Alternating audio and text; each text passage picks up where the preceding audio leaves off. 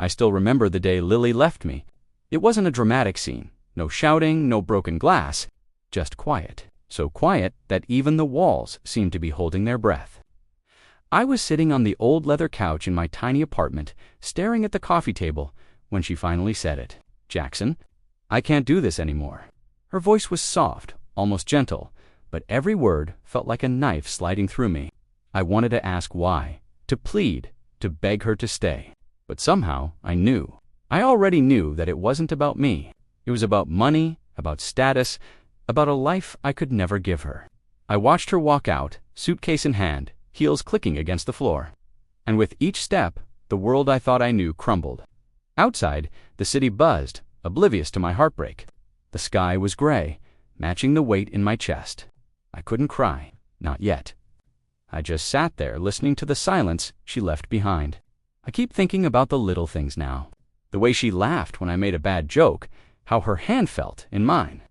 The quiet evenings we spent talking about nothing and everything. All gone, and yet. Life has a strange way of balancing itself. Sometimes, the universe waits, silently, before it nudges you in the right direction. Sometimes, heartbreak is the first step toward something you never expected. Something that would make her realize too late what she really lost. I don't want to sound bitter. I'm not really.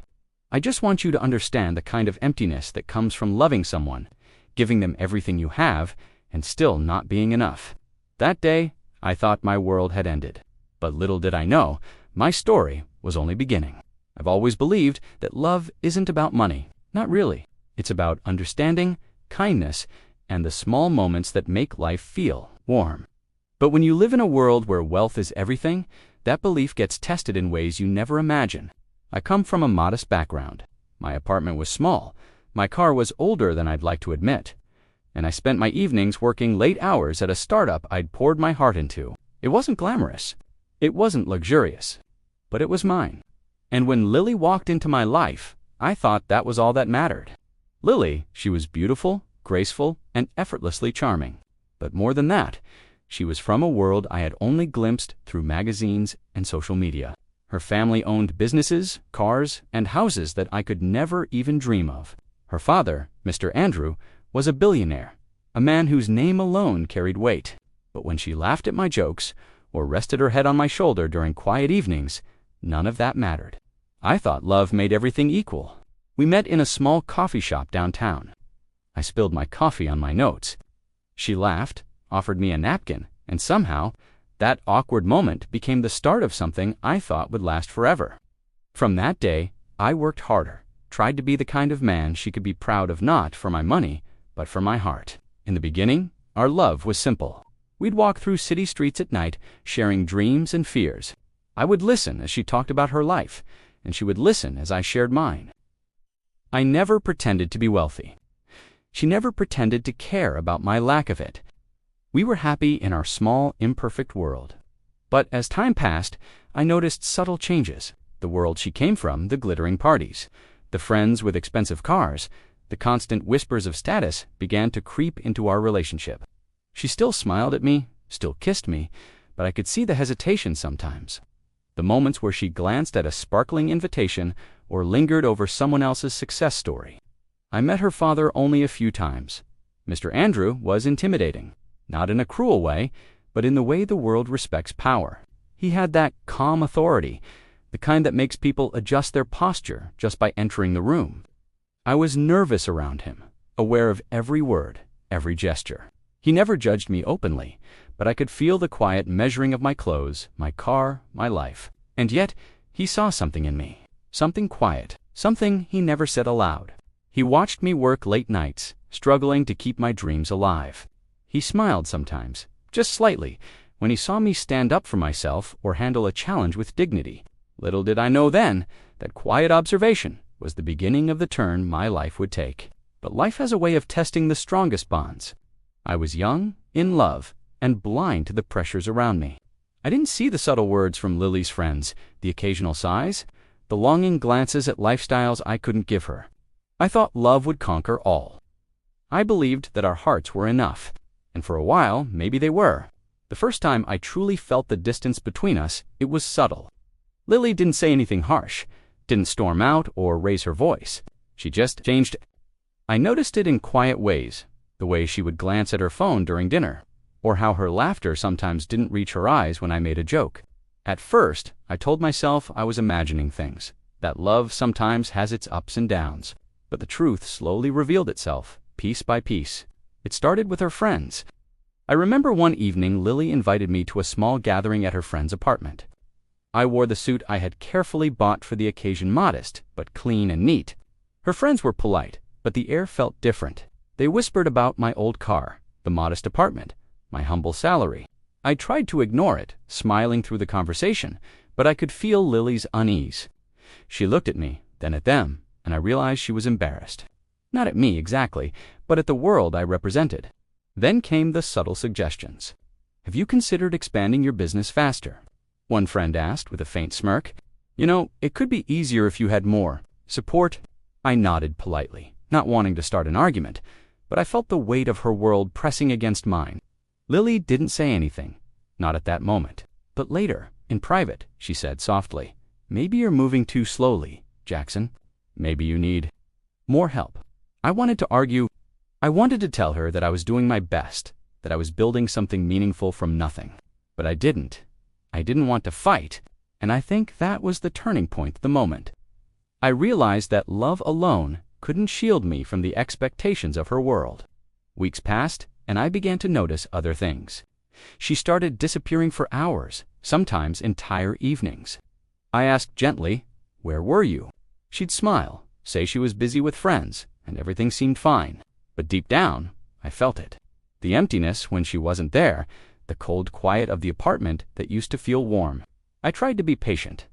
I focused on my work, pouring my energy into the startup I loved.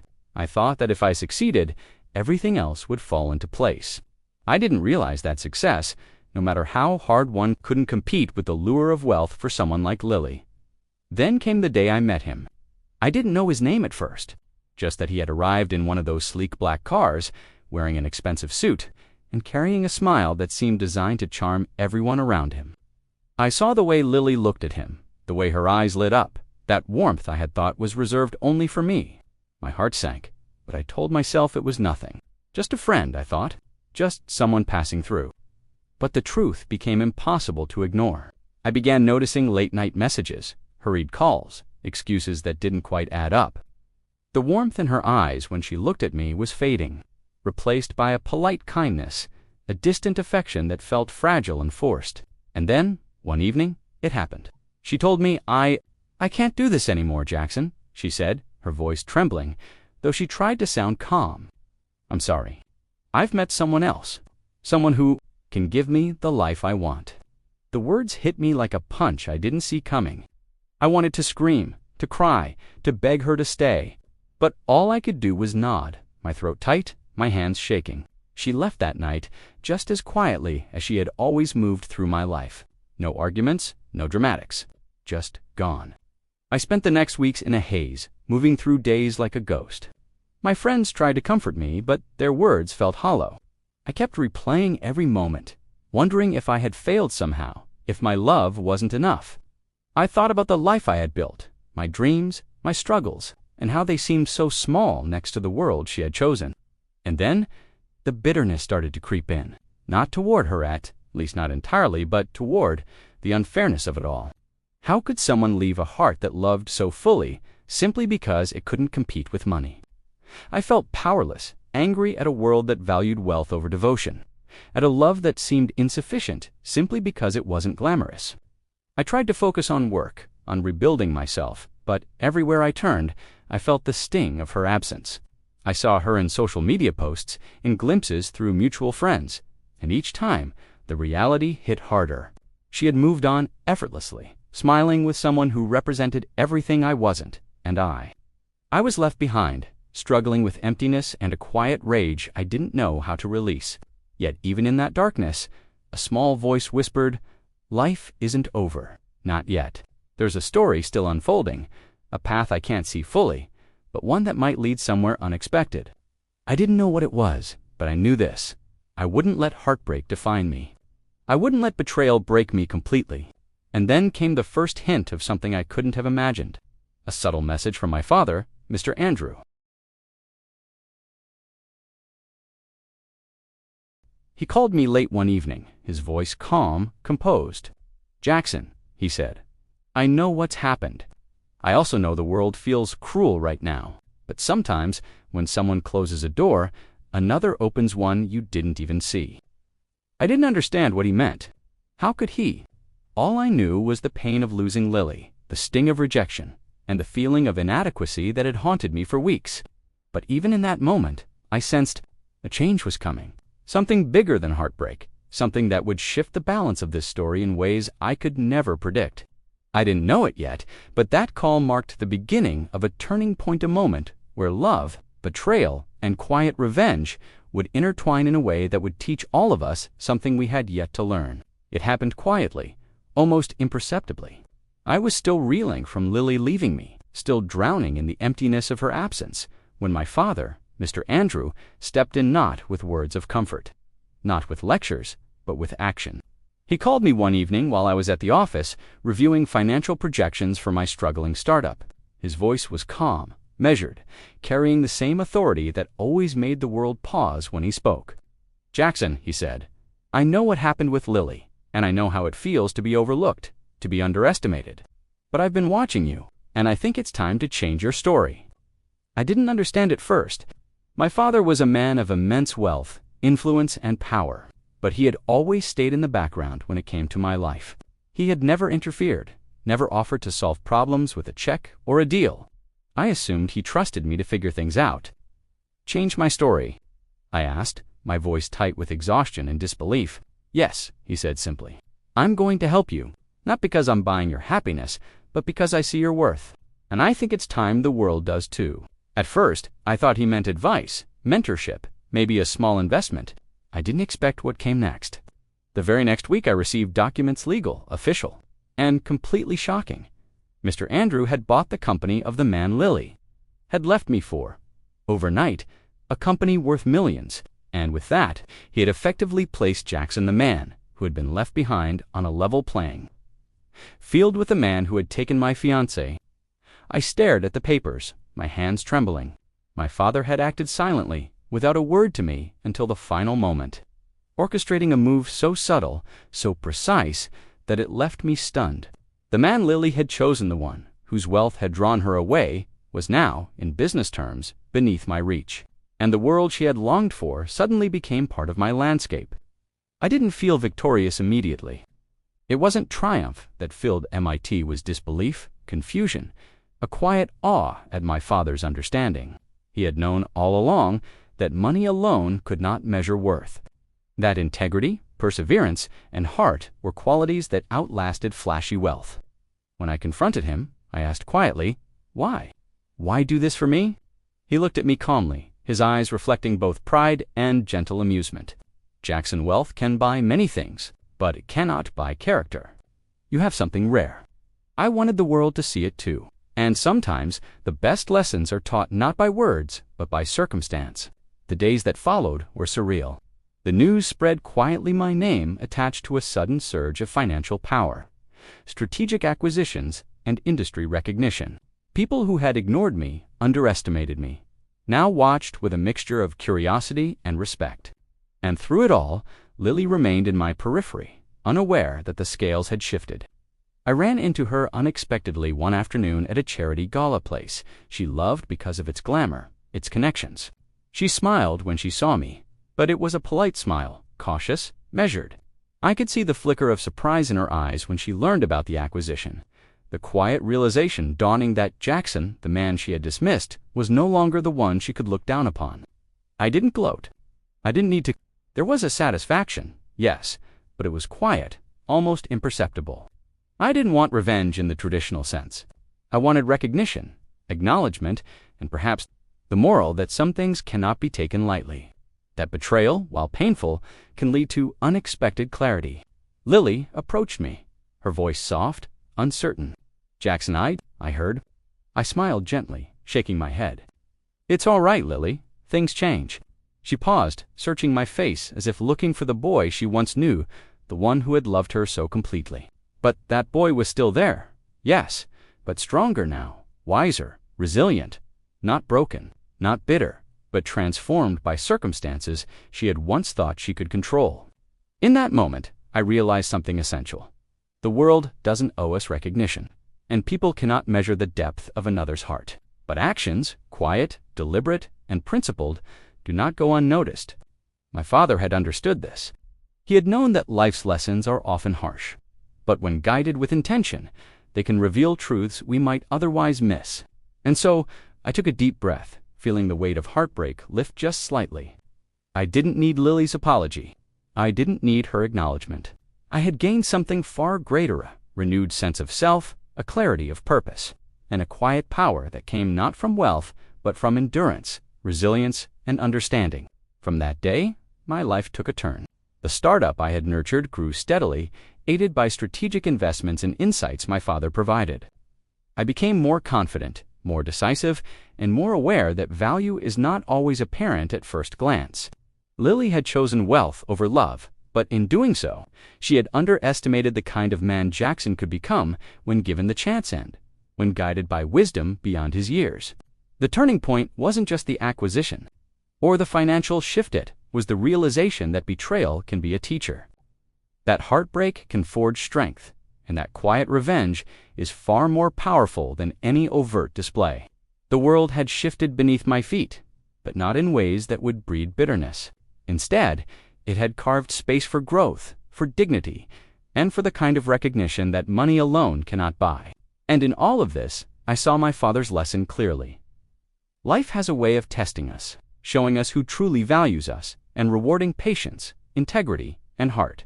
What I had thought was an end the loss of Lily, the crushing pain of betrayal, was actually the beginning of a chapter far more profound than I could have imagined. After the turning point, life felt different. The emptiness that had consumed me after Lily left was slowly replaced with a quiet focus, a sense of purpose that I hadn't felt before. I began to understand that healing isn't sudden, it's gradual, like the first rays of dawn breaking through a long, dark night. Work became my sanctuary. Every decision I made, every late night I spent at the office, reminded me that I was building something for myself, not for anyone else, not to prove a point. But because I finally saw my own worth, Mr. Andrew remained a silent guide, offering advice only when I asked, allowing me the space to grow, to make mistakes, to learn resilience. I saw my startup thrive in ways I had only dreamed of before. Partnerships I never thought possible now became realities. And slowly, respect and recognition replaced doubt and skepticism. People who had ignored me, underestimated me, or even dismissed me were now seeking my attention. But I had changed too. I didn't feel the need to prove anything to anyone anymore. My satisfaction came from quiet achievement, from integrity, and from the knowledge that I had earned this not because of wealth, but because of perseverance. And then there was Lily. She reached out several months later, after news of my sudden rise had spread through social circles and social media. I saw her hesitation, her uncertainty, the subtle question in her eyes that silently asked if I was still the same Jackson she had once loved. We met in a small, quiet cafe, neutral ground, away from the noise of our respective worlds. She looked beautiful, as always, but I noticed the difference. The confidence she once had, rooted in privilege and status, now carried a subtle unease. She tried to smile warmly, but I saw the shadow of regret. "Jackson," she said softly, I didn't realize. I shook my head gently, cutting her off with a calm smile. "Lily, it's all right. Things change. People change. And sometimes we make choices we later regret. I don't hold anything against you." Her eyes widened slightly, as if she expected anger, resentment, or perhaps confrontation. But I had none of those feelings left. Not anymore. What I felt was clarity, a deep understanding that the course of our lives is not always dictated by love alone, and that betrayal, while painful, does not define a person. We talked, quietly, with soft smiles and honest words. She asked about my life, my work, my growth, and I listened without judgment, without bitterness. It was strange, almost surreal, to engage with someone who had caused such heartbreak, and yet I felt free. Free from the weight of expectations, free from the longing that had consumed me for months. Over time, our conversations became rare but polite. Civil interactions that reminded me of the person I once was and the man I had become. I realized that love, once given, is never wasted. Even when it isn't returned, it teaches patience, resilience, and depth. And even though Lily had chosen a different path, I had no regrets. I had learned my value, and the world had begun to reflect it. Mr. Andrews' quiet guidance became even clearer to me now. His intervention wasn't about revenge. It was about demonstrating that integrity, perseverance, and heart carry weight in the world, even when the world seems to reward the opposite. He showed me that life has a way of balancing itself not through arrogance or display, but through quiet, deliberate actions that honor character over circumstance. I also realized something else. The best revenge isn't public humiliation, nor is it wealth or status. True revenge is living well, staying dignified, and letting actions speak louder than words. Watching Lily come to terms with the consequences of her choices without needing to confront her felt more satisfying than any dramatic showdown ever could. I had gained something she could never take: peace. In the months that followed, I expanded my business, nurtured friendships, and focused on growth in every sense emotionally, professionally, and personally. I became the man I had wanted to be for myself, not for anyone else, and with that, I began to attract people who valued me for who I truly was. Kindness, humility, resilience. These became the qualities that shaped my life far more than money ever could. And sometimes, in quiet moments, I reflect on that time when Lily left. I remember the ache in my chest, the nights spent staring at the ceiling, wondering if I would ever feel whole again. I remember the silent phone calls to my father, the whispered words of guidance, and the shock of realizing he had quietly shifted the balance of my life without ever forcing me to take his hand. Life has a way of teaching lessons we cannot anticipate. Betrayal, heartbreak, and loss are painful. Yes, but they also reveal character, strength, and depth. And in that journey, I found something more valuable than I could have imagined: the understanding that self-worth is not dictated by love received, wealth, or status. It is measured by resilience, by the quiet dignity with which we face life's trials, and by the compassion we extend even to those who have wronged us. By the time I fully recovered from the heartbreak, I was no longer the same Jackson who had sat in my apartment, heartbroken and empty. I was stronger, wiser, and at peace. And in that peace, I found a calm satisfaction that no wealth or romantic victory could ever replicate.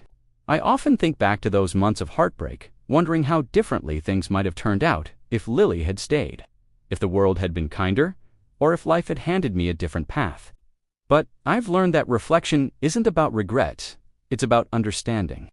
I am no longer the man who sat in that quiet apartment, staring at the empty space she left behind. That Jackson existed, yes, but he was transformed by heartbreak, guided by my father's wisdom, and strengthened by his quiet faith in me. Pain has a way of reshaping us, not in harsh, loud ways, but in gentle, almost imperceptible shifts that, over time, reveal strength we never knew we possessed. Lily remains a part of my story, as all heartbreaker loves do. But she is no longer the center of my universe. I've learned that the love we give is never wasted, even when it is not returned. It teaches us empathy, patience, and resilience. It shapes our character, our choices, and the way we navigate the world. And sometimes, life teaches us these lessons through loss, betrayal, or quiet disappointment. Mr. Andrews' guidance continues to resonate in my life. He never demanded recognition, never expected gratitude, but his actions demonstrated one profound truth. True value cannot be measured by wealth alone.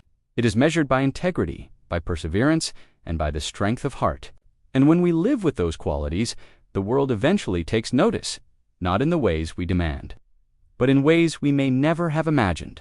I've also learned about the nature of revenge, not the kind that burns bridges or seeks humiliation, but the quiet kind, the kind that shows through personal growth, dignity, and calm achievement. Lily learned, in her own way, that choosing wealth over love comes with consequences. And I learned that the world has a way of balancing itself, often silently through actions we may not even fully understand at first. Now, my days are filled with purpose, with work that challenges me, friendships that nourish me, and moments of quiet reflection that remind me of how far I've come. I am grateful for the lessons, painful though they were. I am grateful for the heartbreak that led me to see my own worth, and for the guidance of a father who believed in me when I had nearly lost faith in myself. In the end, I understand something fundamental. Life does not always unfold as we wish, and love is not always returned the way we hope. But the measure of a person is not found in heartbreak or betrayal. It is found in resilience, in the quiet strength we cultivate, and in the ability to move forward with dignity and purpose. And so, I live not in bitterness, but in clarity. I move forward with the knowledge that love, integrity, and perseverance are far more enduring than wealth, status, or fleeting desires. And when I think of Lily, I remember our love with a gentle warmth, a soft sigh for what was, and a quiet acknowledgement of the man I have become. In the end, wealth can't measure the worth of love, and heartbreak, as devastating as it feels, sometimes leads us to the truest form of richness, the understanding of our own heart, the strength to rebuild, and the quiet satisfaction of living a life guided by character rather than circumstance.